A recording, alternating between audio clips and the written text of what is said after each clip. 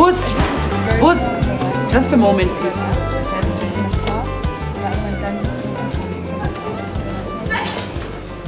What do you know about discrimination? I'm black, so I suppose I know quite a lot. Okay, you know about your own experiences as a young black man. But what about everyone else? I suppose they have similar experiences. Or perhaps they don't. There's a new law, the Employment Equity Act, to bring equity to the workplace. I want you to go out there and find out what is really happening. Problems people face at work and how this act is going to help them. It's a big subject. I want 3 reports. The first one next week.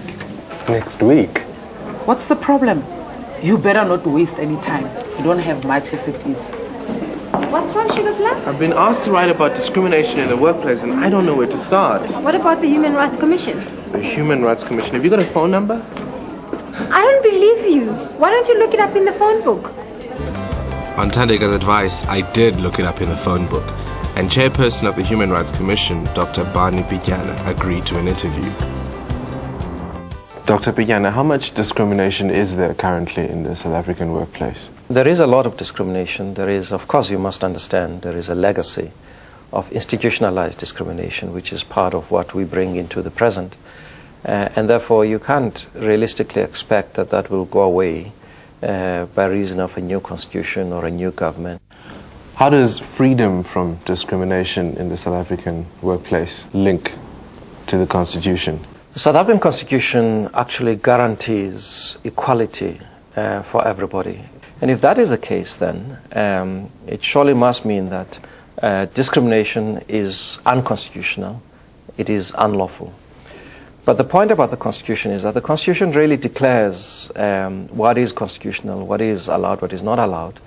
But it then doesn't say what precisely discrimination actually entails, what it actually means. This is one of the things the Employment Equity Act does. It describes what forms discrimination can take. I managed to get a copy of the new law and found that discrimination on grounds of race is now outlawed in the workplace.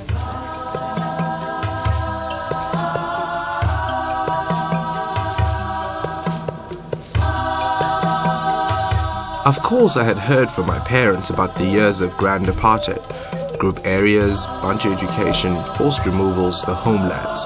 All these laws impacted on the workplace where job reservation was strictly enforced. At that time, black people could not take up apprenticeships in trades like building or progress above a certain grade by law. People of color at all levels of society were affected, from the least educated to the most educated. Take Bernard Dudley, for instance. He had grown up in Cape Town. In the 50s, as a teenager fresh out of school, he wanted to attend the University of Cape Town to study electrical engineering. The dean spoke to me and was turned down for 2 reasons. Didn't comply with the quota system, which had been imposed on universities, where they couldn't take people of color in certain categories. And secondly, that there was no point in training me as an electrical engineer because the Group Areas Act then began to bite, which means I couldn't practice as an electrical engineer. But Bernard managed to obtain his training through technical college, and over the years built his career in the City Engineers Department in Cape Town. He worked in the district of Athlone, which at the time was a colored group area. Eventually he was promoted to head the district. When white artisans came to work in my area of jurisdiction in the substations, I'd give them instruction to do various tasks to perform. They said, no, we don't. In fact, the one guy simply said, I don't accept instruction from a person of color, from a colored person. And there were also the constant petty humiliations to endure, about safety helmets, for instance. The city engineer decided that laborers will wear green helmets and their foreman would wear red helmets, and professional or white staff would wear white helmets, except Mr. Dudley will wear a yellow one. Well, what I did was I went to buy my own white one. They didn't endear me to the department. But in time, Bernard Dudley prevailed. He had seen an overhead cabling system being used in Europe to supply electricity in residential areas. He adapted the system for use in South Africa, and now it is in general use around the country. Barriers were loomed large and impossible. But inch by inch, one fork at a time, you started eating the elephant. Of course, the racial obstacles that Bernard Dudley encountered were similar to those faced by literally millions of South Africans during the apartheid years. But what about other forms of discrimination? Busi, dearest, Yes. are you still working on those articles about discrimination? Uh-huh. Have you thought about the CGE, The CGE? the Commission for Gender Equality? No, actually I haven't. Well, perhaps you should. Maybe your last chance to escape being a male chauvinist. I have to admit, Thandeka does have some useful ideas. I set up an appointment at the Commission for Gender Equality to meet Deputy Chairperson Phumelele Ntombela Nzimande. She told me that she had come across the story of a young girl living in KwaZulu-Natal who was recently forced to leave school. They'd come to the decision in the family that now it's enough for her. She knows how to read and write. She must stay and help with the chores. And of course, one of the chores was for her to go out and plow and sometimes even look after goats and cattle. And so she found a way of just putting in uniforms in a plastic bag and pretended as though she was going out in the field to do something. And she went to school. And they discovered this, and the brother was asked by the parents to beat the hell out of her. And as Phumelele said, the general prejudice operating against girls and women also manifests itself in the workplace. Although we have all of these laws, although we have an equality clause in the Constitution, in a lot of environments it's deeply ingrained in the people's minds, for instance, that women can't make managers. They really can't hold those important positions. Ermila Bula was the legal advisor who helped draft the Employment Equity Act. It's very damaging to be excluded from a job that you are suitably qualified for and competent to be able to perform simply because you're a woman. And I think if one looks at discrimination as a whole based on, or differential treatment based on those arbitrary personal characteristics, it can result in a loss of employee motivation, a loss of productivity, with obvious impact on economic efficiency for a company.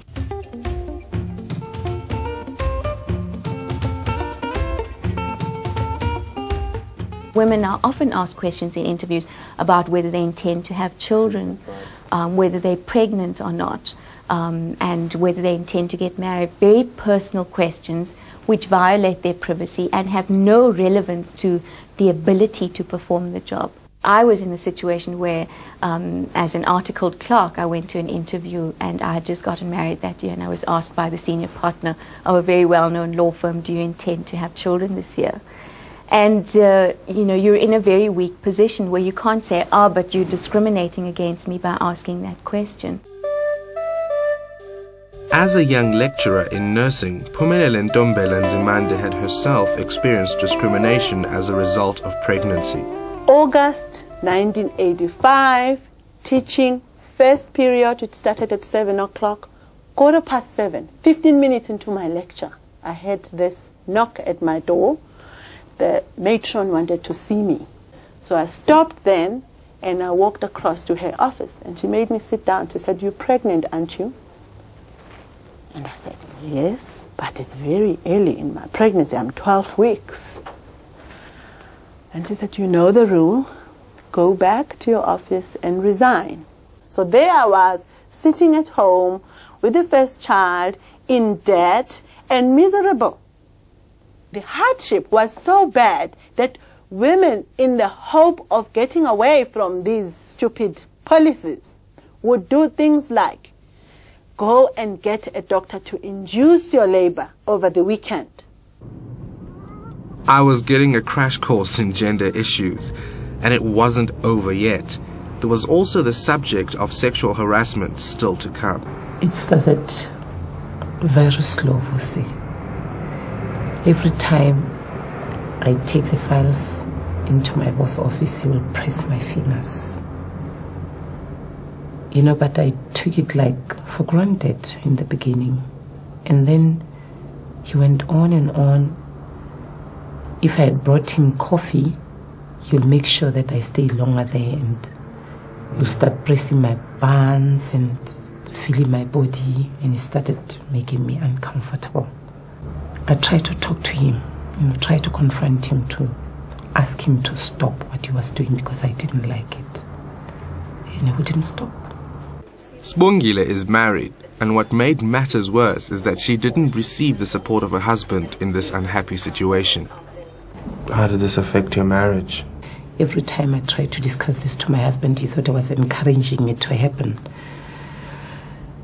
And I was very unhappy inside. You can imagine I'll come here just because I need to work. But this was not worth my emotions. The Sexual Harassment Education Project had more background information on this issue. How do people experiencing sexual harassment get affected by that emotionally? It works in somebody's mind like, why me? Am I that cheap, or what is that this person is seeing out of me?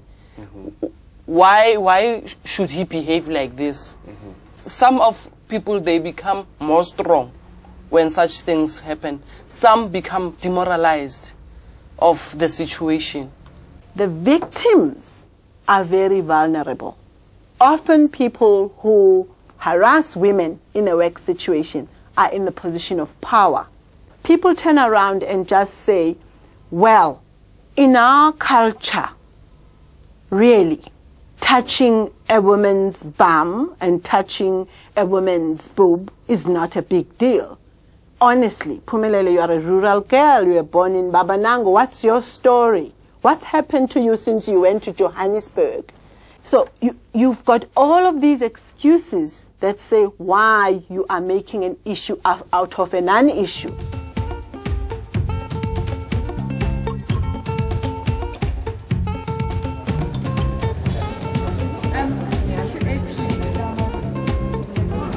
Enjoying yourself? It's just so much. So much what? Discrimination. There's so many different forms of it. Have you thought about disability? Disability? And testing? HIV testing, psychological testing? So discrimination against disabled people was next on my list. It was at Parliament in Cape Town that I met a remarkable woman, Henrietta Buchupan. Henrietta, what form of discrimination have you faced as a result of your disability? And in my personal story, I'd say from the day I was born, because I was born as a first child in my family, and we all know in our cultural background that the first child has to be a boy, for instance. And in my situation, I was a girl, and not just an ordinary girl, but a blind one. Henrietta was sent to a special school for her education and, not daunted by a disability, set out on a career in public relations. I remember when I had to do my internship after completing my national diploma in public relations. I couldn't get a job anywhere because no company could see a partially sighted or a blind public relations officer. So I had to do it with Disabled People South Africa because it's an organization of disabled people. In 1999, Henrietta became an MP. Along with a few other disabled MPs, she can use Parliament to fight the fight for disabled people in South Africa. Have you reacted to being rejected? Have you handled the rejection? I would say rejection has, to an extent, added to me, to make my personality a very harsh, very aggressive. And to a point, it has helped. It has its positives as well, because it has assisted me to be a very assertive and positive person. Being disabled in South Africa has always been, I would say, a pain. And disabled people have always been treated like foreigners, or they have become like exile in their own country because they are not being seen as part of South African citizens that can contribute to the economy or to the GDP of the country at all.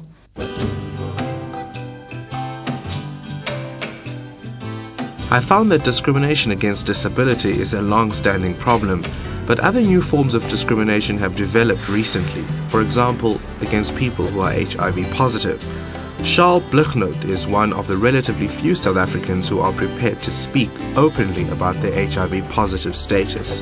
One particular friend of mine was summarily fired when a friend of his a colleague approached him and asked him if he was in fact HIV positive, as the rumors, as he heard rumors.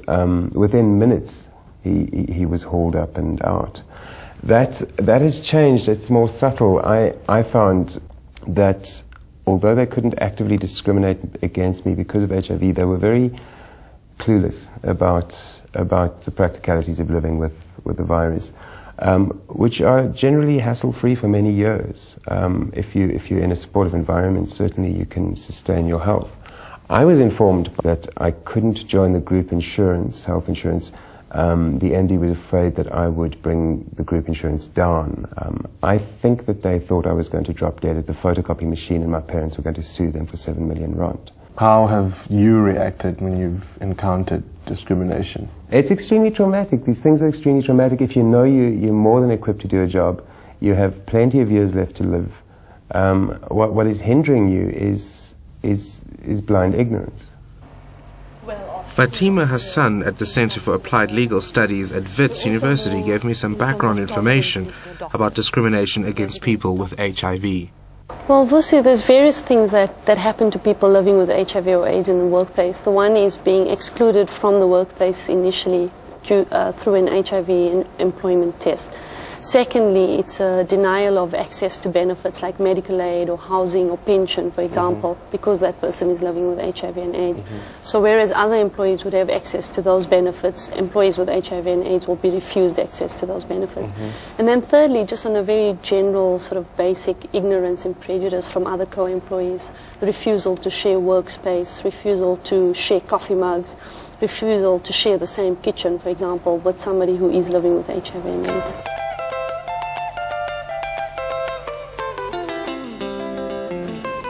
And I also found the Employment Equity Act outlaws many other forms of discrimination.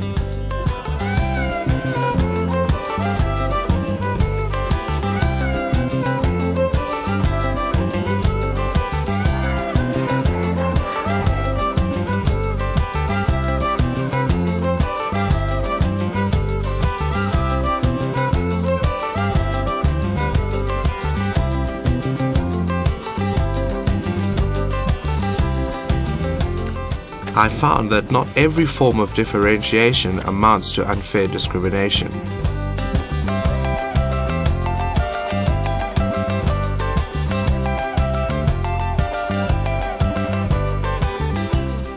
But I found that medical testing is regarded as a form of unfair discrimination except under certain conditions.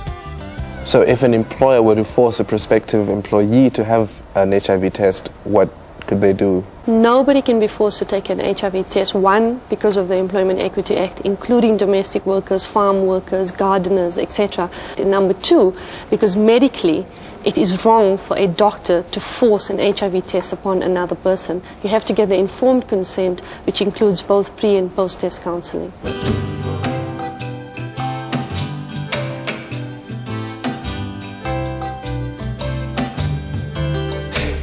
In terms of the law, psychological testing of employees can also only be undertaken under certain conditions. Previously, much of this testing was deeply flawed. Many of these tests have been Euro-American, particularly from the United Kingdom and the United States. And they've not only discriminated against black people, people of color, but they've discriminated against most of the South African population. For instance, if you have a young Afrikaans-speaking child in Linden who has to take a school readiness test, that test is not normed on an Afrikaans-speaking white South African population. Of course, the law wouldn't mean much if it couldn't be effectively applied, but I found there are remedies for those who believe they have been victims of unfair discrimination. They have to try and resolve disputes internally if presumably the employer has not put in place mechanisms to deal with discrimination and has not put in place non-discriminatory policies and practices. They then can take it to the next level to refer a dispute to the CCMA and eventually to the Labour Court.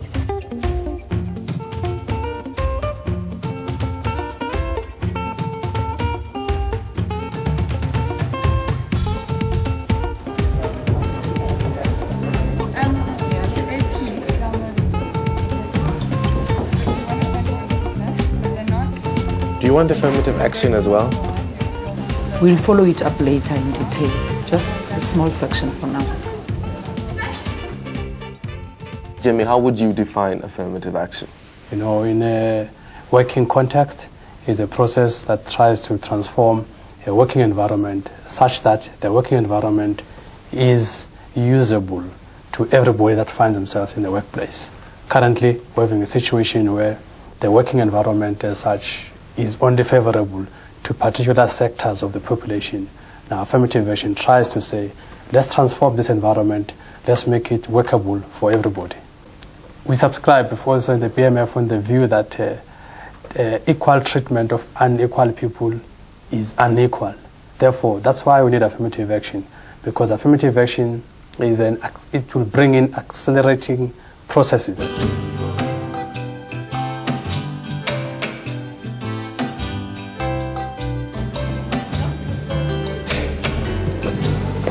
So tired.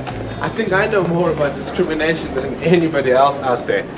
I am ready to become a consultant now. What can you tell us? There is a lot of discrimination out there, and it takes many different forms. And? Well, actually, I've learned a lot. I've learned about how people have struggled and struggled against many different barriers, and how sometimes they managed to overcome them and how sometimes they didn't. And how the new law may actually make everyone's lives quite a lot easier. Boots, where's my first article? It's coming, it's coming. So it's Christmas.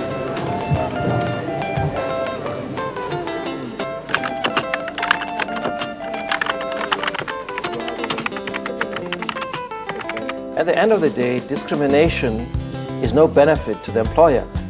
In other words, you expect the employer, out of their own self-interest, to recognize that they need to bring the best possible skills into play in order for them to realize their own business plans.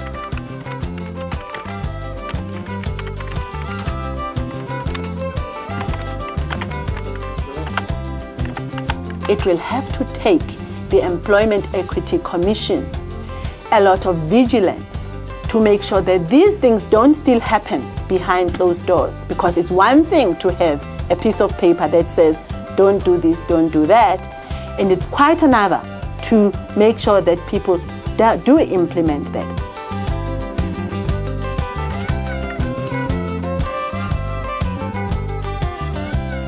If organizations emphasize employee productivity, emphasize a workplace that acknowledges difference and deals with difference, it will have spin-offs in terms of an enhanced and economically efficient workplace.